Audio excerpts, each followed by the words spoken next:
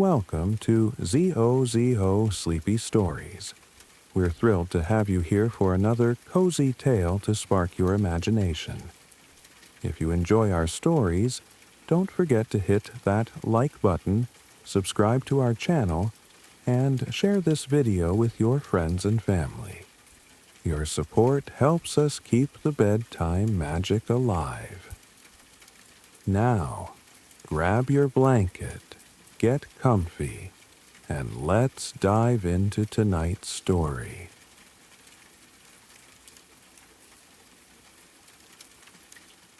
Good evening, my dear friend.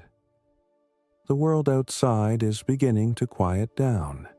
The frantic pace of the day, with its endless demands and bright, glaring screens, is finally surrendering to the soft embrace of twilight. Perhaps you can hear the distant hum of the city settling into its nightly rhythm, or maybe the gentle whisper of the wind through the trees just outside your window. Whatever sounds may find you, let them be a lullaby, a gentle reminder that this time is for you. This time is for rest. Settle in. Let your body grow heavy and comfortable. Feel the support of the pillows and the gentle weight of the blanket. Take a slow, deep breath, and as you exhale, release the day. Let go of the thoughts that cling to your mind like burrs to wool. There is nothing you need to solve, nothing you need to plan, nothing you need to be but present, right here, in this peaceful moment. Tonight, I want to take you on a journey. Not to a land of dragons and fairies, though there is magic in our destination. We are traveling back through the corridors of time to explore something we all share, something as essential as the air we breathe, the simple, sacred act of sleep. We think of it as a constant, an unchanging biological need. We lie down, we close our eyes, and we drift away. But the way humanity has courted sleep, the rituals we've built around it, and the fears that have haunted our nights have changed dramatically through the ages. We're not here for a history lesson, you and I. We are here to wander through the quiet bedrooms of the past, to listen to the soft breathing of our ancestors, and to understand that the quest for a peaceful night is a timeless human story. In their struggles and their strange customs, we might just find a new perspective on our own. So, dim the lights. Let a soft fan hum its steady, soothing song. Let us ease into this journey together, leaving the bright, noisy present behind. Our first stop is a time long before electricity, before the glow of a smartphone ever delayed a dream. We are going back to the Middle Ages, to a world lit only by firelight and the moon, to discover how our medieval ancestors found their rest in the deep, profound darkness of the long night. Let the gentle cadence of this story be your guide, a soft current to carry you toward the shores of slumber. Your only task is to listen, to breathe, and to allow yourself to drift. The journey begins now. Imagine a world without artificial light. When the sun dips below the horizon, a profound and complete darkness descends. The only light comes from the flickering flames of a hearth, the soft glow of a tallow candle, or the silvery wash of the moon. In this world, the rhythm of life was dictated not by a clock on the wall, but by the great, slow turning of the sun and stars. This was the world of our medieval ancestors, and their approach to sleep would seem utterly baffling to the modern mind, obsessed as we are with achieving 8 uninterrupted hours. They practiced what historians now call segmented sleep. It wasn't a choice or a sleep disorder. It was simply the natural way of things. The evening would begin early. As the last light faded from the sky, families would gather around the fire, their faces painted in dancing shades of orange and gold. After a simple meal and perhaps a quiet story, they would retire not for the whole night, but for their first sleep. Picture it: a family bundled together on a bed of straw, the embers in the hearth glowing a soft, dying red. They would drift off as the darkness deepened, surrendering to a profound slumber that lasted for about 4 hours. But then, something remarkable would happen. Around midnight, they would begin to stir, not with a jolt of anxiety, but with a gentle, expected wakefulness. They would rise from their beds and enter a strange and tranquil period known as the watch. This waking interlude was not considered insomnia. It was a time of quiet productivity and deep contemplation.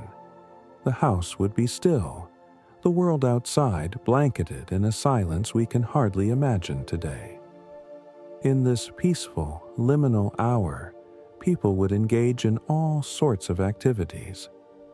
A farmer might step outside to check on his livestock, the crunch of his boots on the cold earth, the only sound under a canopy of brilliant stars. A woman might sit by the hearth, the low firelight just enough to see by as she mended a piece of clothing or rocked a restless child. This was also a time for spiritual reflection. Many would use these quiet hours to pray, to read religious texts by candlelight, or simply to sit in stillness and contemplate the mysteries of life and the heavens. It was a period of heightened creativity and insight. The mind, fresh from the first sleep and not yet burdened by the coming day, was thought to be more receptive to divine messages or profound thoughts. Medical texts from the era even suggested this was the ideal time for intimacy between a husband and wife, as the body was rested and the mind was calm. After an hour or two of this peaceful activity, a natural drowsiness would return. They would go back to their beds and fall into their second sleep, a lighter, dream-filled slumber that would last until the first hints of dawn painted the eastern sky. This two-part cycle was the norm for everyone, from the humble farmer to the scholarly monk.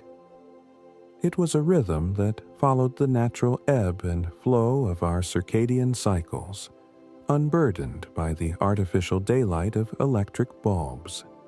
So, the next time you find yourself awake in the middle of the night, your mind quietly stirring, don't see it as a failure. Don't reach for your phone or worry about the coming day.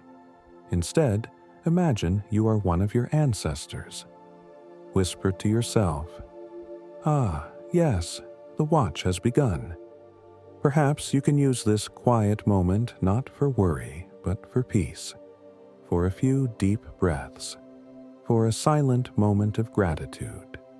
You are not broken, you are simply tapping into an ancient natural rhythm, a forgotten way of being that understood the night not as a single, solid block of unconsciousness, but as a journey with its own quiet, magical interlude.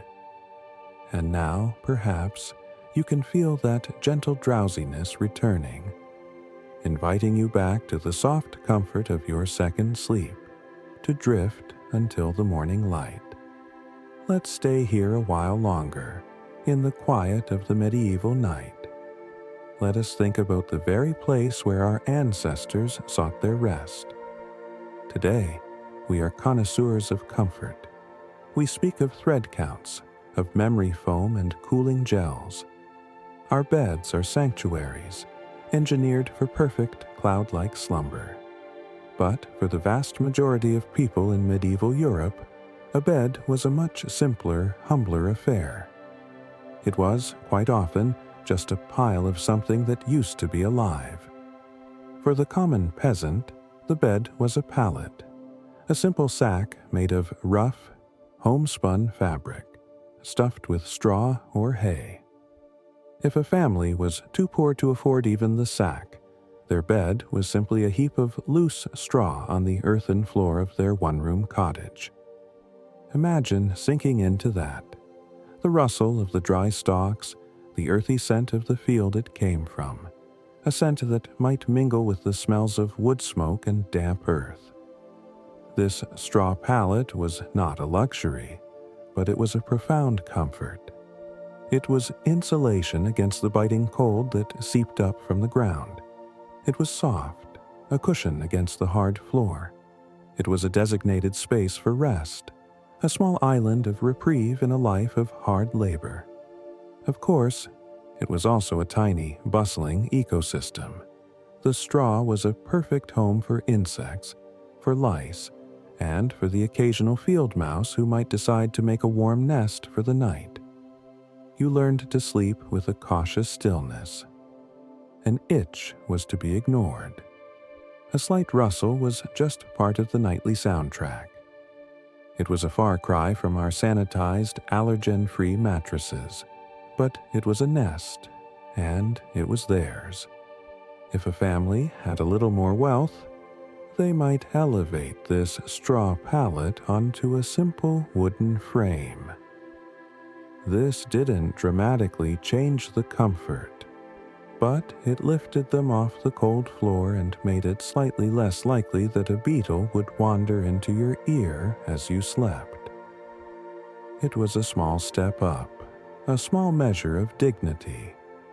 Linens were a rare luxury. Most people simply slept in the same clothes they had worn all day, perhaps loosening a belt or kicking off their worn leather shoes.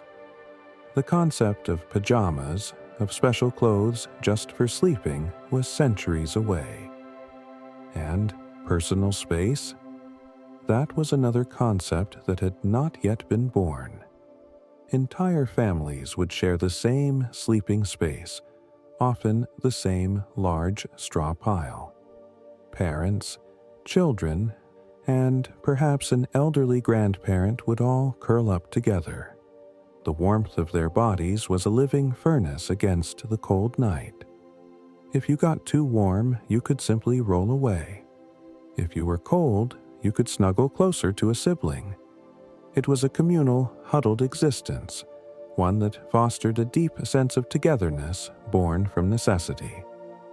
The nobility, of course, slept in a different world. Their beds were grand, ornate structures, carved from heavy wood. They slept on mattresses stuffed not with straw, but with soft feathers or wool. They were draped in fine linen sheets and covered with embroidered blankets. Great. Heavy curtains hung from a canopy above them, creating a small private room within a room. These canopies weren't just for show. They kept out the cold drafts that whistled through the stone halls of a castle and, hopefully, kept some of the bedbugs from dropping from the ceiling. These beds were so valuable, so precious, that they were often the most important item listed in a person's will. You might not inherit land, but you could inherit your great-aunt's feather bed, a legacy of comfort passed down through generations. But for most, the medieval bed was not a place of luxury. It was a place to not freeze to death. It was a place to be safe from the chickens that might be wandering around the cottage floor. And it was a place to dream, perhaps of a warmer fire, a fuller belly, or maybe, just maybe, of a future where one could sleep on something softer than straw. As you lie in your own bed now, feel its softness, its warmth, its quiet solitude. Appreciate this simple, profound luxury.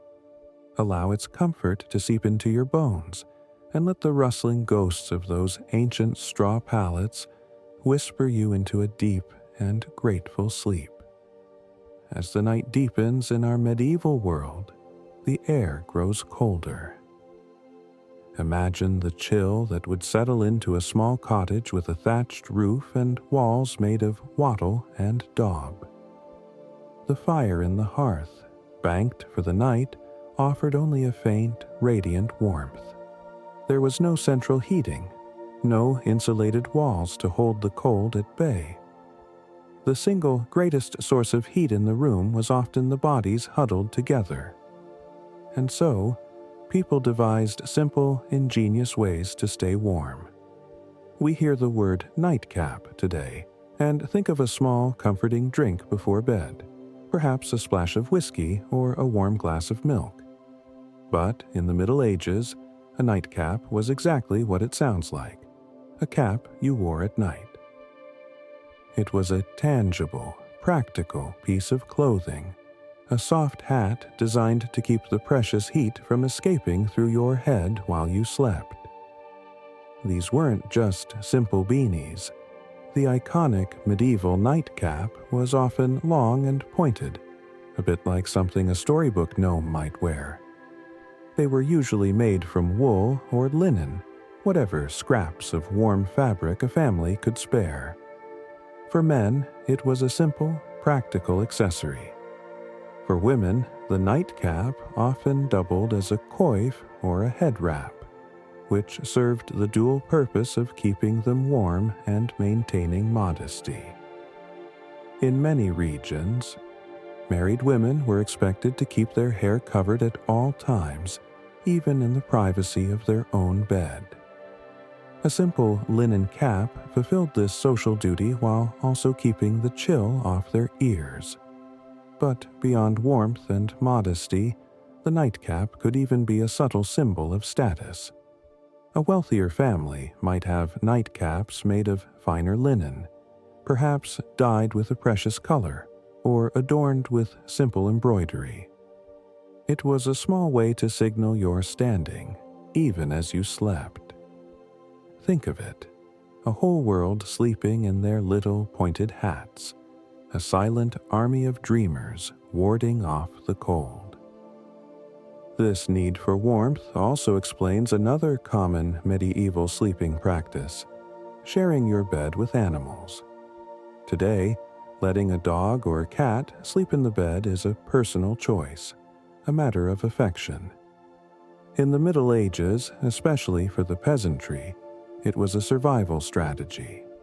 Peasant homes often consisted of a single large room that served as a kitchen, a living room, and a bedroom for both the humans and their most valuable livestock. The family pig, a vital source of future food and income, might have its own corner near the hearth. Chickens might roost in the rafters or wander freely on the floor. The family dog, a loyal protector and hunting companion, would almost certainly curl up at the feet of its sleeping masters, or even right in the straw pile with them. This wasn't just about sentiment. It was about thermodynamics. Animals are living, breathing furnaces. A large dog could keep your feet from freezing. The body heat from a pig or a cow in the same room could raise the ambient temperature by a few precious degrees, a small miracle on a bitter January night. The children of the house might be nestled between a parent and the family goat, their collective warmth a shared shield against the darkness. Of course, it came with its drawbacks. Animals snore. They smell. They are not known for their respect for personal space. A wet nose in your face or a hoof to the ribs at 3 a.m. was just part of the nightly experience. But our medieval ancestors were practical people. They understood the symbiotic relationship. They provided the animals with shelter from the elements and predators, and in return, the animals provided them with warmth, security, and a living, breathing, snoring hot water bottle. As you lie in the quiet of your own room with its steady, even temperature, take a moment to appreciate this simple comfort. Feel the peaceful solitude. There are no chickens in the rafters, no pigs by the hearth. There is only the gentle rise and fall of your own breath in the still, warm air. Let this feeling of safety and comfort be your final thought as you drift away, wrapped not in straw, but in the soft, quiet luxury of the modern night. In our modern, secular world, the moments before sleep are often filled with the last glow of a screen, the final chapter of a book, or the quiet murmur of a podcast. But for our medieval ancestors, the transition from wakefulness to slumber was a deeply spiritual affair. It was a nightly ritual of preparation, a conscious act of placing one's soul in the hands of a higher power before venturing into the mysterious and sometimes perilous world of sleep. Every night, before closing their eyes, people would pray. This wasn't just a quaint habit, it was a profound necessity. Life in the Middle Ages was fragile. You could go to bed perfectly healthy and never wake up, taken by a sudden illness, a fire, or any number of unseen dangers. The night was seen as a little death, a time when the body was vulnerable and the soul was exposed. So, bedtime prayers were a form of spiritual insurance. They would confess their sins of the day, asking for forgiveness. They would recite psalms and verses that had been passed down for generations, and they would say the simple, heartfelt prayer that many children still learn today. If I should die before I wake, I pray the Lord my soul to take. For them, this was not a morbid thought, it was a practical acknowledgement of life's uncertainty. It was a way of ensuring that if they did pass in the night, their soul would be prepared for its final journey. They prayed for protection from the terrors of the night, not just from fires or thieves, but from supernatural threats. The medieval world was one where demons, malevolent spirits, and the devil himself were believed to be very real and very active, especially in the dark. Prayer was a shield, a spiritual fortress to keep these dark forces at bay. They might pray to specific saints known for watching over sleepers, holy guardians who would stand watch over their soul until morning. For the truly devout, like monks and nuns, the day ended with compline, the final prayer service, after which a vow of sacred silence was taken until the next day. This spiritual preparation extended to their view of dreams. Today, we often dismiss dreams as the random firings of a tired brain, a way for our subconscious to process the day's stress or sort through memories. But in the medieval world, dreams were taken with the utmost seriousness. They were not seen as random noise, they were seen as messages. A dream could be a divine revelation from God or a saint, a vision meant to guide or warn you. Many of the great stories of the age, both religious and secular, feature pivotal dream sequences where a hero is visited by an angel or given a glimpse of the future. A powerful dream was not something to be forgotten upon waking. It was something to be pondered, discussed with a priest, and perhaps even acted upon. But just as dreams could come from heaven, they could also come from hell. A dark or tempting dream was seen as a demonic assault, an attempt by the devil to corrupt the soul while it was in its vulnerable, sleeping state. If you dreamt of something sinful, it wasn't just an embarrassing fantasy. It was a sign that your soul was under attack. The proper response was to confess the dream, to pray for strength, and perhaps to fast as a way of purifying the body and mind. Theologians and scholars wrote entire books on the interpretation of dreams, complex guides to decoding their symbolic language. To dream of fire might signify the fires of hell. To dream of clear water could mean spiritual purification.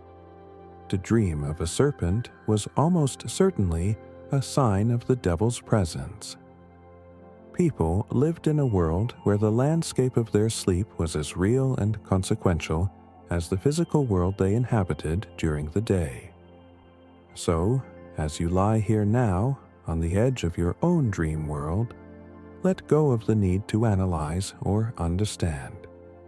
Your dreams are your own private theater, a place of mystery and wonder.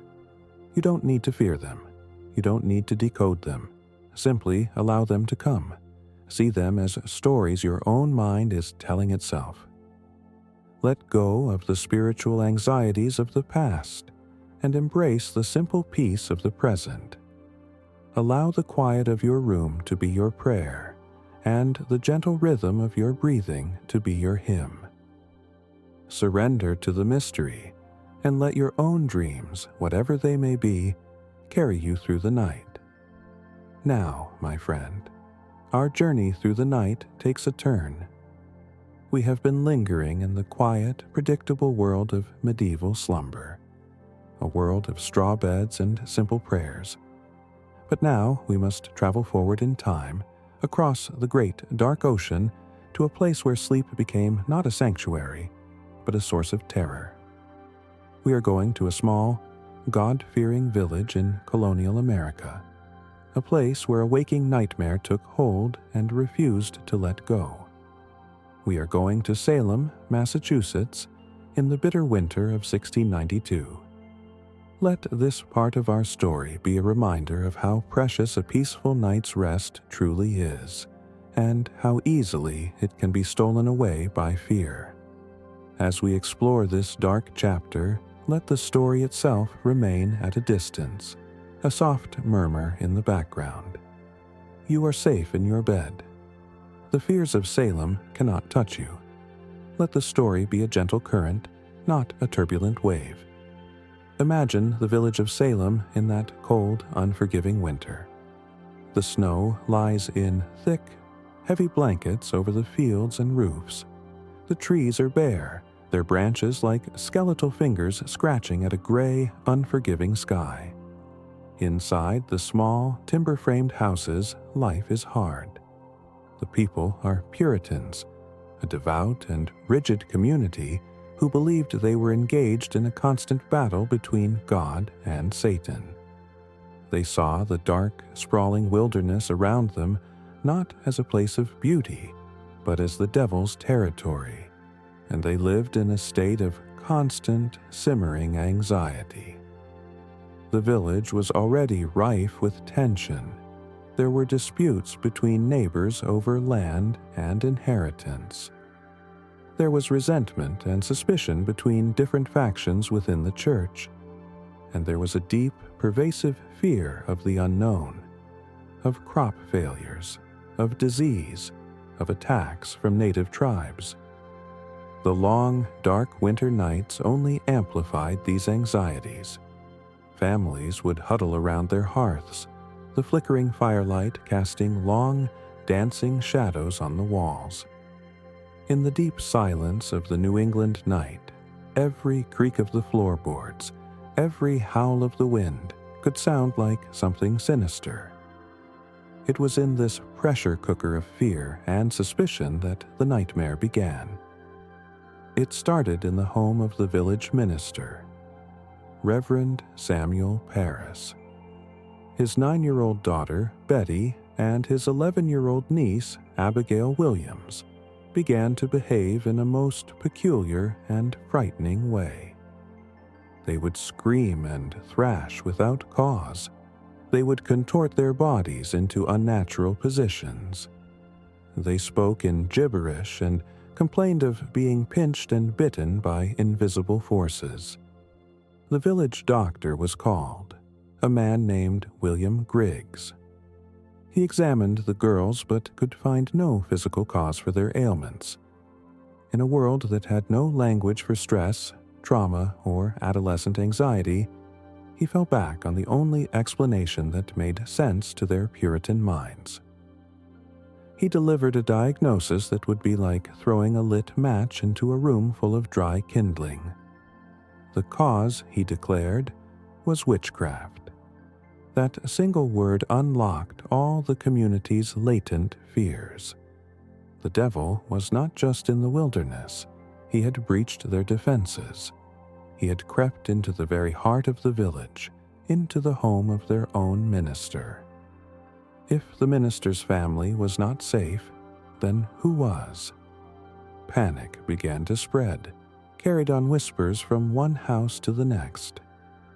The afflicted girls, now the center of the community's terrified attention, began to name names. They pointed their fingers at the people who had supposedly sent their spectral forms to torment them. And who were the first to be accused? They were the women on the margins of society, the ones who were already seen as outsiders. A homeless beggar, a woman who hadn't been to church in years, and Tituba, an enslaved woman from the Caribbean in the Paris household, whose foreign stories and different culture already made her an object of suspicion and fear. The nightmare had found its villains. The seeds of hysteria had been sown in the frozen ground of Salem. The village was on the verge of tearing itself apart, and the peaceful sleep of its inhabitants was about to be replaced by nights filled with terror, suspicion, and the dread of a knock on the door. As you listen, feel the contrast with the peace of your own room. Feel the safety of your bed. The storms of history are distant, their fury now just a story whispered on the wind. Let that feeling of security anchor you and pull you deeper into a state of calm and gentle rest.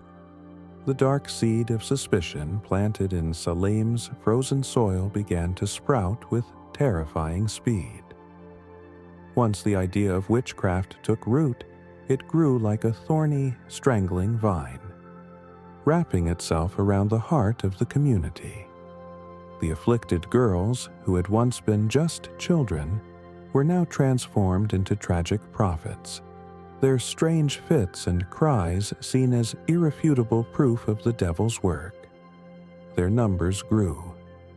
Soon, other young women in the village began to exhibit the same terrifying symptoms, writhing and screaming in the meeting house, their eyes wide with a terror that seemed all too real. Their performances became more theatrical, more public, and, most disturbingly, more believed with each passing day. They claimed to see dark spirits, yellow birds, and spectral shapes hovering over certain members of the congregation. In the tense, fearful atmosphere of Salem, their words were not seen as the product of delusion or hysteria, but as divine testimony.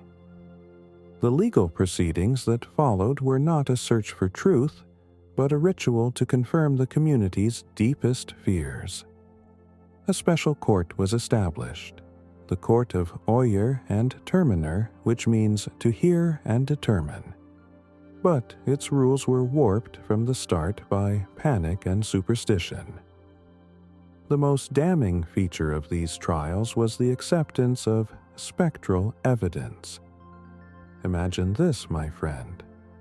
Spectral evidence was testimony from a victim who claimed that the ghost or specter of the accused person had appeared to them and caused them harm. If a young girl in the courtroom screamed that your spirit was pinching her or choking her, that was considered valid evidence against you. It didn't matter if you were physically sitting miles away or even asleep in your own bed. Your spirit, they believed, could be sent out by the devil to do his bidding.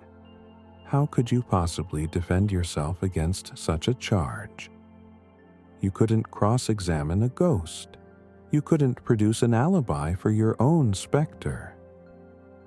It was an accusation that was impossible to disprove. The courtroom became a stage for this grim theater, the afflicted girls would fall into fits the moment a suspected witch was brought before the magistrates. They would shriek in agony if the accused so much as looked in their direction. Their seizures and screams were seen as the ultimate proof of guilt. The accused stood alone. There were no defense lawyers in these colonial trials. If you denied the charges, your protestations of innocence were often drowned out by the renewed screams of your accusers. If you confessed, however, you might be spared execution. But only on one condition. You had to name other witches. This created a terrible, perverse incentive to lie. To save your own life, you had to condemn someone else, casting the net of accusation wider and wider. Neighbor turned on neighbor. Old grudges and petty disputes were reframed as evidence of witchcraft. Did your neighbor's cow suddenly die after an argument over a fence? Witchcraft. Did a batch of butter fail to churn? Witchcraft. The community's social fabric began to unravel, thread by thread, replaced by a tapestry of fear and paranoia. To speak out against the proceedings, to question the validity of spectral evidence or the honesty of the afflicted girls, was to risk being accused yourself. Silence became the only safe harbor. And so, the web of accusations grew, ensnaring more and more people, from the poor and outcast to respected, church-going members of the community. The village had fallen under a spell, not of witchcraft, but of its own making. Logic had fled, and hysteria now sat on the judge's bench. The people of Salem had forgotten how to trust each other, and in doing so, they had forgotten how to find peace. The nights were no longer a time for rest, but for fearful listening, for wondering whose name would be whispered next. As you lie in your bed, let go of the anxieties of your own day.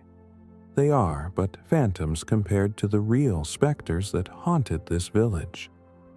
Let the quiet of your room be a shield, and let your steady breath be a reminder of the simple, solid reality of this peaceful moment. The hysteria that gripped Salem could not burn at such a fever pitch forever. Like a great fire that consumes all the available fuel, it eventually began to falter, starved of the reason and sanity it had so thoroughly devoured. The turning point did not come from a sudden collective moment of clarity, but from a slow, dawning realization that the madness had gone too far. The accusations had grown too bold. What began with marginalized women soon escalated to include respected landowners, church elders, and even the wife of the colonial governor. When the net was cast so wide that it began to ensnare the powerful and the well-connected, people who had once supported the trials began to feel a prickle of doubt. One moment, in particular, planted a deep seed of unease in the community. A former Salem minister named George Burroughs was accused of being the ringleader of the witches. He was a well-educated and eloquent man. On the day of his execution, as he stood on the gallows with the rope around his neck, he did something that witches were believed to be incapable of doing. He recited the Lord's Prayer, flawlessly and with great feeling from beginning to end. The crowd that had gathered to watch him die fell into a stunned silence. Some began to weep. It was a crack in the foundation of their certainty. The execution proceeded, but the spectacle had left a bitter aftertaste. Finally, in October of 1692, Governor William Phips, whose own wife had been named, stepped in. He dissolved the court of Oyer and Terminer, halting the trials and executions. Public sentiment, once a tidal wave of accusation, had begun to recede. Influential ministers who had once been silent began to publicly condemn the use of spectral evidence. Increase Mather, one of the colony's most respected theologians, famously wrote that it was better that 10 suspected witches escape than that one innocent person be condemned. A radical idea in a place that had, for months, operated on the opposite assumption. A new, more cautious court was formed. Spectral evidence was no longer permitted. Without the fuel of ghostly testimony, the fire of accusation quickly died down. The convictions slowed to a trickle, and then stopped altogether. Many of the accused who were still languishing in the foul, crowded jails were acquitted and released. Those who had confessed under duress began to recant their stories, admitting that they had lied out of fear for their lives. The afflicted girls, their power now gone, faded from the public eye. The aftermath was a village shrouded in guilt and shame. The nightmare was over, but the damage was profound and irreparable. 19 people had been hanged. One elderly man, Giles Corey, had been pressed to death with heavy stones for refusing to enter a plea. At least 5 others had died in prison. Families had been shattered. Reputations had been ruined. The community was left to live in the wreckage of its own fear. In the years that followed, there were apologies. Judge Samuel Sewall, one of the leading figures in the trials, stood silently in his church while his minister read a public confession, asking for forgiveness from both God and the community for his role in the tragedy. One of the original accusers, Ann Putnam Jr., later offered a public apology, blaming her actions on a great delusion of Satan. The colony eventually passed legislation to restore the good names of the victims and offered some financial compensation to their families. The village of Salem even changed its name to Danvers, as if to distance itself from the ghost of its past. The Salem Witch Trials became a dark and enduring lesson in American history, a cautionary tale of how easily a community can be consumed by mass hysteria. It stands as a stark reminder of what happens when fear is allowed to overrule reason, and suspicion is allowed to poison the wells of trust. It is the story of a whole town that lost its ability to sleep, tormented not by witches, but by the demons of their own making. And so, my friend, we leave this troubled village to its long and difficult healing. Let us leave behind the shadows and the gallows and return to the peace of this present moment. The story is over. The nightmare has passed. There is only the quiet of your room, the softness of your bed, and the gentle, steady rhythm of your own peaceful breathing. Rest now. You are safe. The dawn has come. Let us now travel even further back in time, leaving the cold shores of colonial America for the sun-drenched, marble-clad world of ancient Rome. Our story tonight is not one of witches or ghosts, but of a woman of flesh and blood. A woman of such ferocious ambition and political fire that it seemed she never allowed herself the simple luxury of a peaceful night's sleep. Her name was Fulvia, and her life was a testament to the relentless, consuming nature of power. As you settle deeper into your rest, let her story be a gentle counterpoint to your own state of quiet surrender. She was a woman who grasped and fought and commanded. You, my friend, are here to let go. Fulvia was born into a world of turmoil.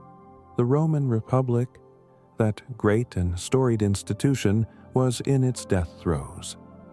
It was an age of giants, of men like Julius Caesar, Pompey the Great, and Mark Antony, whose colossal ambitions were tearing the world apart. Civil wars, political assassinations and bloody power struggles were the constant, violent rhythm of the age. Into this cauldron of chaos stepped Fulvia. She was born an aristocrat, wealthy and well-connected. But Roman women, even those of the highest class, were expected to be quiet, dignified figures who operated in the background. Their influence was to be wielded subtly through their husbands and sons. Fulvia, it seems, never got that message. She was not made for the shadows. Her public life began with her first marriage to a man named Publius Clodius Pulcher, one of the most notorious and brilliant political troublemakers in Roman history.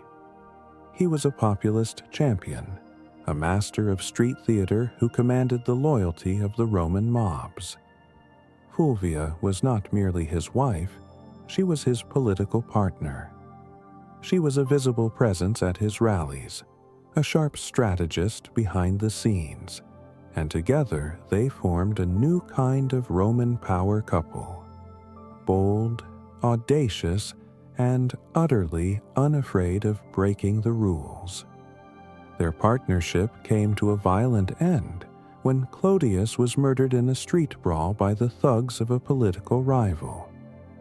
A typical Roman matron would have mourned in quiet seclusion. But that was not Fulvia's way. She did something shocking and brilliant. She had her husband's bloody wounded body carried into the Roman Forum and put on public display. She stood before the crowd, a grieving widow, and pointed to his wounds, her grief a powerful theatrical performance. The Roman people were horrified and enraged. Riots erupted across the city. The Senate house itself was burned to the ground. Fulvia had turned her personal tragedy into a political firestorm. In that moment, she stepped out from her husband's shadow and became a power in her own right. She did not remain a widow for long. In a world where alliances were everything, she quickly married again, this time to a passionate supporter of Julius Caesar. This marriage kept her at the very center of Roman power, but it too ended in tragedy when her second husband was killed in battle during the Civil War. Once again, Fulvia was left a widow by the violence of her times. She was now a woman who had buried two powerful husbands, both of whom had been champions of the populist cause. She had become a living symbol of resilience and a formidable political player. But her most significant and dramatic chapter was yet to come. Her third and final marriage would be to one of the most famous men in all of history, Mark Antony. This was not a marriage of gentle affection, it was a merger of power. Antony was a brilliant general, but a chaotic politician. Fulvia was a master of the complex, dangerous world of Roman politics. She became his anchor in the capital, his regent in all but name. While Antony was away on military campaigns, it was Fulvia who managed his alliances, who dealt with his enemies, who rallied his supporters, and who held his power base together. The Roman historians of the time, all of them men, wrote of her with a mixture of awe and horror. They called her domineering and power-hungry. What they really meant was that she was acting like a man, and in their world, that was the most dangerous thing a woman could be. Fulvia's life was a whirlwind of strategy, ambition, and conflict. It was a life lived at a constant fever pitch. It was a life that left little room for the quiet, restorative peace of a good night's sleep. As her story unfolds, let it be a reminder of the quiet strength in letting go. While she held the reins of power, you can release them. Let your mind drift away from the battles of your day and sink into the deep, peaceful stillness of the night. While Mark Antony was in the eastern provinces of the Roman world, consolidating power and, as history famously tells us, beginning his legendary affair with Cleopatra, Queen of Egypt, Fulvia was in Rome, fighting to protect his interests. She was not a woman to sit idly by. She saw a growing threat to her husband's power, a threat embodied by one young, ambitious man, Octavian, Julius Caesar's adopted son and heir. The alliance between Antony and Octavian was fraught with tension and rivalry. They were two wolves circling the same prize: control of the Roman world. Fulvia, with her keen political instincts, knew that this fragile peace could not last. She saw Octavian in Italy, winning the loyalty of veteran soldiers with promises of land, and she decided to act. She would not wait for her husband to return. She would take the fight to his rival herself. In the year 41 BCS, Fulvia did something that no Roman woman had ever done before or would ever do again. She started a civil war. Working alongside Antony's younger brother, Lucius Antonius, she began to rally opposition to Octavian. She used the widespread discontent among Italian farmers, who were being displaced from their land to make way for Octavian's soldiers, as the spark for her rebellion. She traveled through the towns of Italy, a woman of the Roman aristocracy, giving speeches, raising funds, and encouraging men to take up arms in Mark Antony's name.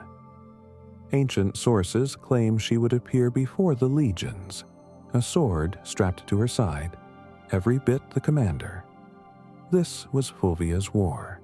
She and Lucius raised 8 legions, a formidable army, and for a time they seemed to have the upper hand. They even managed to occupy the city of Rome itself for a brief period. It was an audacious, breathtaking gamble. A woman was dictating the course of Roman legions and challenging the man who would one day become the first Roman emperor, Augustus. But Octavian was a cunning and ruthless opponent. He was surprised by the rebellion, but he responded with swift and decisive action. He marched his own armies against Fulvia and Lucius, trapping them in the hilltop city of Perugia. He laid siege to the city throughout the harsh winter, cutting off all supplies. Inside the walls of Perugia, the situation grew desperate. Food ran out. Starvation set in. Fulvia, who had so boldly launched this war, now watched as her great gamble crumbled into dust. She had expected support from Antony's generals stationed in other parts of Italy, but they hesitated, unsure if Fulvia was acting on Antony's orders or on her own initiative. She had expected her husband to see the threat posed by Octavian and rush to her aid. But Antony was far away in Egypt, captivated by a queen, seemingly oblivious to the war being fought in his name. By the spring of 40 BCE, the starving city of Perugia surrendered. Octavian, in a calculated move, spared the life of Lucius Antonius, not wanting to alienate his powerful brother completely. But for Fulvia, there was no mercy. She was not a man to be negotiated with. She was a woman who had broken all the rules, and she had to be punished. She was exiled from Italy, her home, the source of all her power.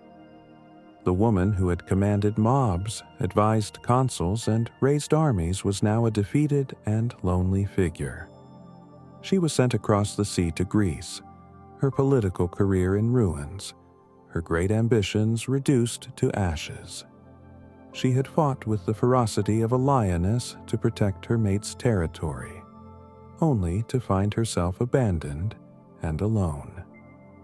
Her sleepless nights of planning and strategy had led not to victory, but to the quiet, bitter solitude of exile.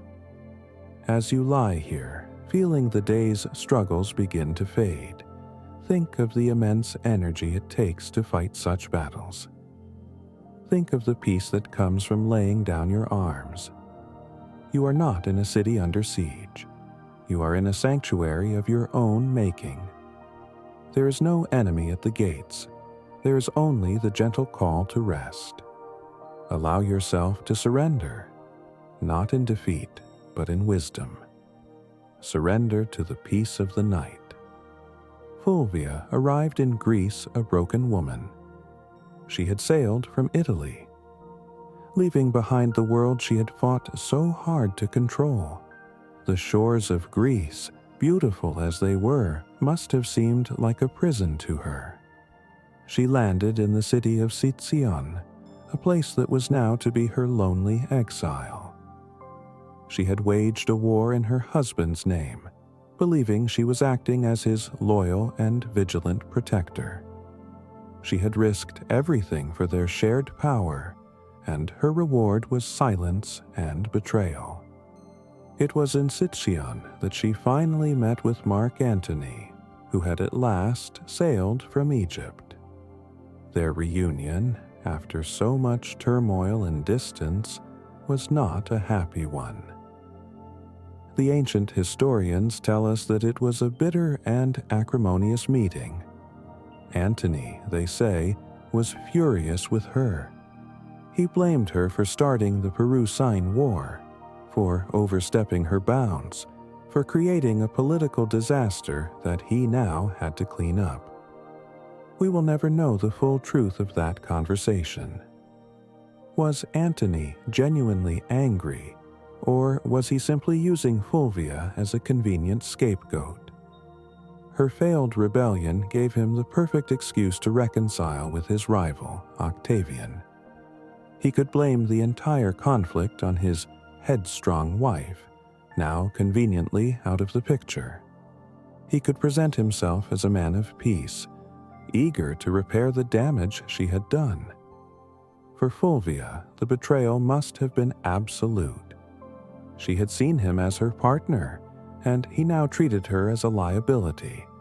She had poured all her ferocious energy, all her sleepless nights, into his cause, and he had cast her aside. She had been one of the most powerful people in the Roman world, a woman whose name was known and feared from the forum to the battlefield. Now, she was just a political inconvenience, a loose end to be tied up. Her health, already weakened by the hardships of the siege, began to fail. Whether it was from a specific illness or simply from the crushing weight of stress, defeat, and heartbreak, we cannot say.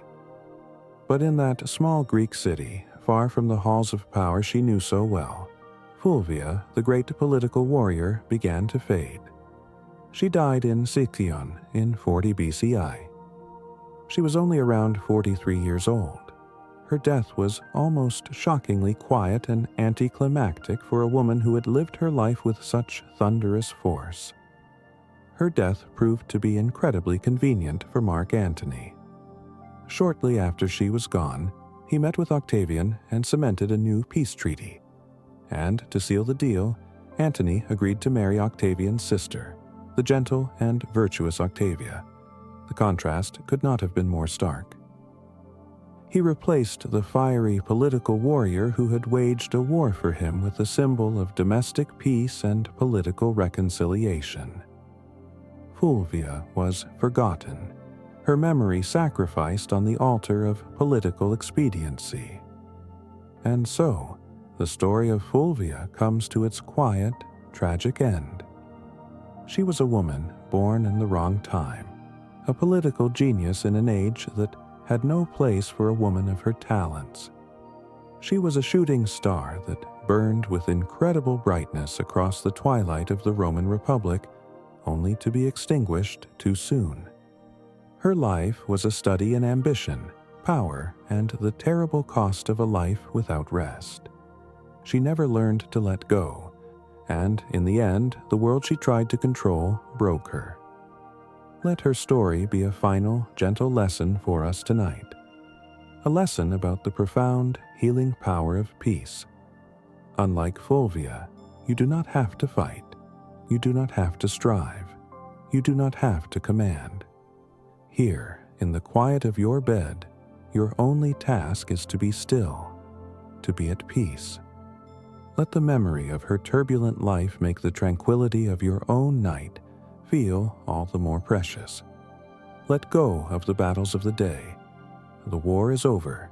It is time to rest. Now, my friend, let us leave the ancient world behind.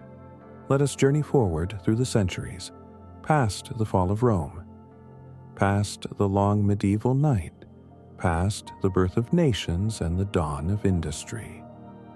Let us travel to a time much closer to our own, to a place in recent memory where an entire people, exhausted by centuries of injustice, undertook a great and weary journey in search of a dream of rest, of dignity, and of peace. We are in the United States of America in the summer of 1963. It was a nation torn in two, a nation that spoke of freedom and equality, yet practiced segregation and oppression. For Black Americans, particularly in the Deep South, life was a state of constant, soul-crushing weariness. It was the weariness of being denied a seat at a lunch counter, of having to drink from a separate, inferior water fountain, of being barred from voting booths, and of living under the constant threat of violence. It was the weariness of being judged not by the content of their character, but by the color of their skin. But a change was stirring. A great movement for civil rights had swept across the nation. It was a movement fueled by this profound exhaustion, but also by a fierce and unyielding hope. Leaders like Dr. Martin Luther King Jr. were calling for nonviolent resistance, for a soul force that could overcome physical force. And people were listening. They were marching. They were sitting in at segregated lunch counters. They were enduring insults and attacks with a quiet, powerful dignity. It was in this climate of exhaustion and hope that the idea for a great march on Washington was born. It was a call for a massive, peaceful gathering in the nation's capital, a place where the leaders of the country could not ignore their voices. They would march for jobs, for fair wages, for an end to segregation, and for the simple, fundamental right to be treated as human beings. The logistics of such an event were staggering. The chief organizer was a brilliant strategist named Bayard Rustin, a man who worked tirelessly behind the scenes. In just 2 months, he and his team orchestrated a masterpiece of peaceful protest. They arranged for thousands of buses and trains to bring people from every corner of the country. They prepared food and water for a crowd that was expected to number in the hundreds of thousands. They trained volunteers in nonviolent crowd control. The government was nervous. President John F. Kennedy feared the march would turn violent, that it would spark riots in the Capitol. But the organizers promised a day of peace, a day of songs and speeches, a day that would appeal to the conscience of the nation. And so they came. They came from the cotton fields of Mississippi and the steel mills of Pittsburgh. They came from the churches of Alabama and the universities of California.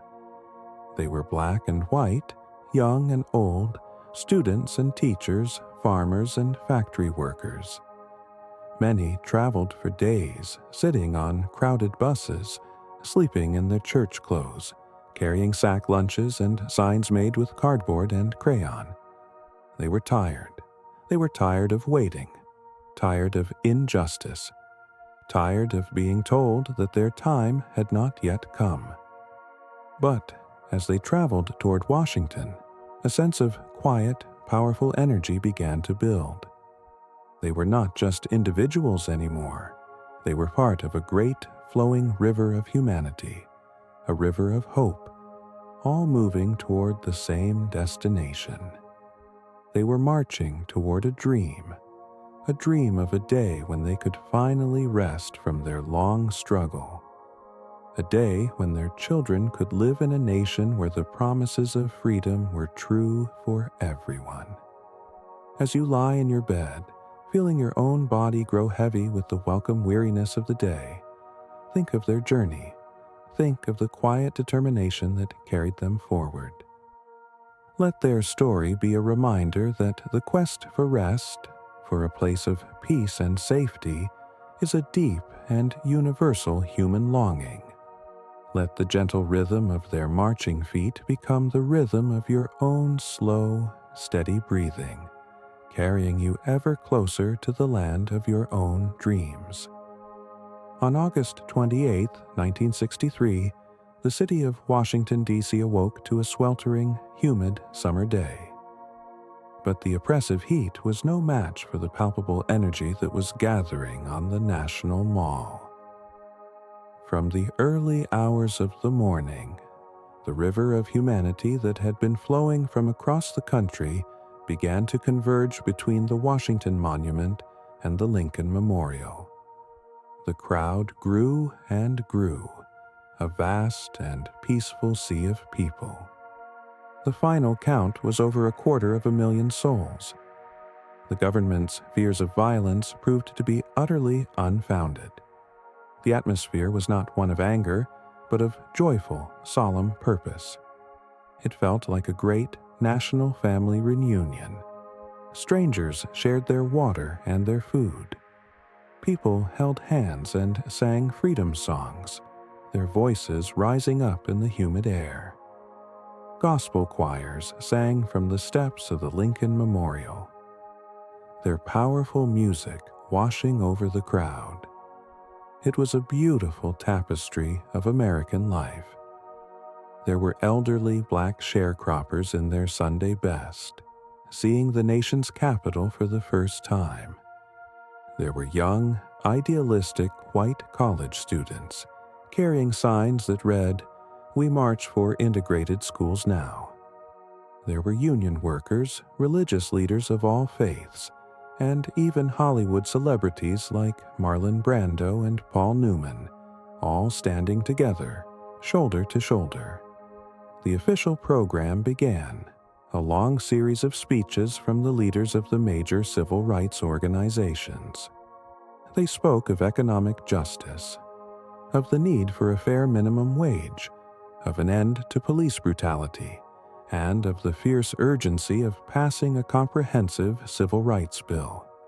The day was a carefully orchestrated performance, with every speaker timed, every detail planned. But as the afternoon wore on, the sense of anticipation in the crowd became almost electric. They were waiting for one man, one voice, and then he stepped to the podium. Dr. Martin Luther King Jr., his face a mask of calm composure, looked out over the vast sea of faces. He began his speech with prepared remarks, his powerful, measured cadence captivating the massive audience.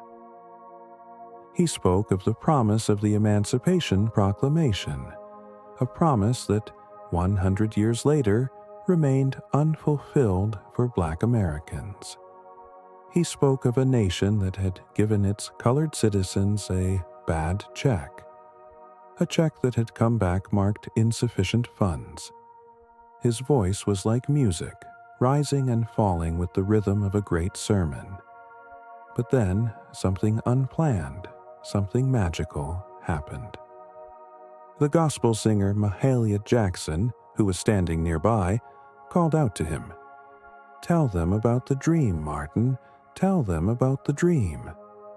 And in that moment, Dr. King pushed aside his written speech. He looked out at the crowd, and he began to preach. He spoke from his heart, articulating a vision that had been honed in countless sermons in small, crowded churches across the South. "I have a dream," he thundered, his voice ringing with a power that seemed to come from the very soul of the nation, and the crowd roared back its affirmation. I have a dream that one day this nation will rise up and live out the true meaning of its creed. We hold these truths to be self-evident, that all men are created equal. He painted a picture of a future America, a redeemed America, a place where the sons of former slaves and the sons of former slave owners could sit down together at the table of brotherhood, a place where his own 4 little children would be judged not by the color of their skin, but by the content of their character. It was more than a speech. It was a prophecy. It was a prayer. It was a symphony of hope, a dream so powerful and so beautifully articulated that it seemed to lift the entire crowd and the entire nation to a higher plane. He concluded with the soaring, triumphant words of an old spiritual. Free at last. Free at last. Thank God Almighty, we are free at last. For a moment, after he finished, there was a stunned silence, as if 250,000 people were holding their breath. And then a wave of emotion washed over them all, a sound of thunderous applause, of cheers, of weeping. In that moment, 250,000 people, black and white, shared a single luminous dream. They had come to Washington tired and frustrated, and they had been given a vision of a promised land, a place of rest and justice for all. And for one perfect sun-drenched afternoon, that dream felt real. It felt possible. It felt true. Let that feeling of profound, shared peace be with you now. Let the power of that dream quiet your mind, and let its beautiful, gentle melody be the lullaby that carries you into your own deep and peaceful slumber. When the sun began to set on that historic day in Washington, the great crowd slowly, peacefully dispersed. They boarded their buses and trains and began the long journey home, carrying with them not just a memory, but a renewed sense of purpose. The March on Washington was over, but its work and its echoes had just begun. In the immediate aftermath, the march was hailed as a triumph of peaceful protest. The world had watched, and what it had seen was not a riot, but a powerful, dignified plea for justice. President Kennedy, who had been so wary of the event, met with the civil rights leaders at the White House afterward, his admiration clear. The march had shifted the moral landscape of the country. It had made the cause of civil rights not just a regional issue, but a national imperative. Yet, change did not come overnight. The road ahead was still long and difficult. Just a few weeks after Dr. King shared his beautiful dream, a horrific nightmare unfolded in Birmingham, Alabama. A bomb planted by white supremacists exploded in the 16th Street Baptist Church, killing 4 young black girls as they prepared for Sunday school. It was a brutal, heartbreaking reminder that the forces of hate would not be vanquished by a single speech, no matter how eloquent. The dream had been spoken, but the struggle was far from over. Yet, something had fundamentally changed. The march had created an undeniable momentum. It had built a broad coalition of support for the civil rights movement, bringing together labor unions, religious groups, and ordinary citizens in a way that had never happened before. The pressure on the government was now immense. Less than a year later, in the summer of 1964, President Lyndon B. Johnson, who had taken office after Kennedy's assassination, signed the landmark Civil Rights Act into law.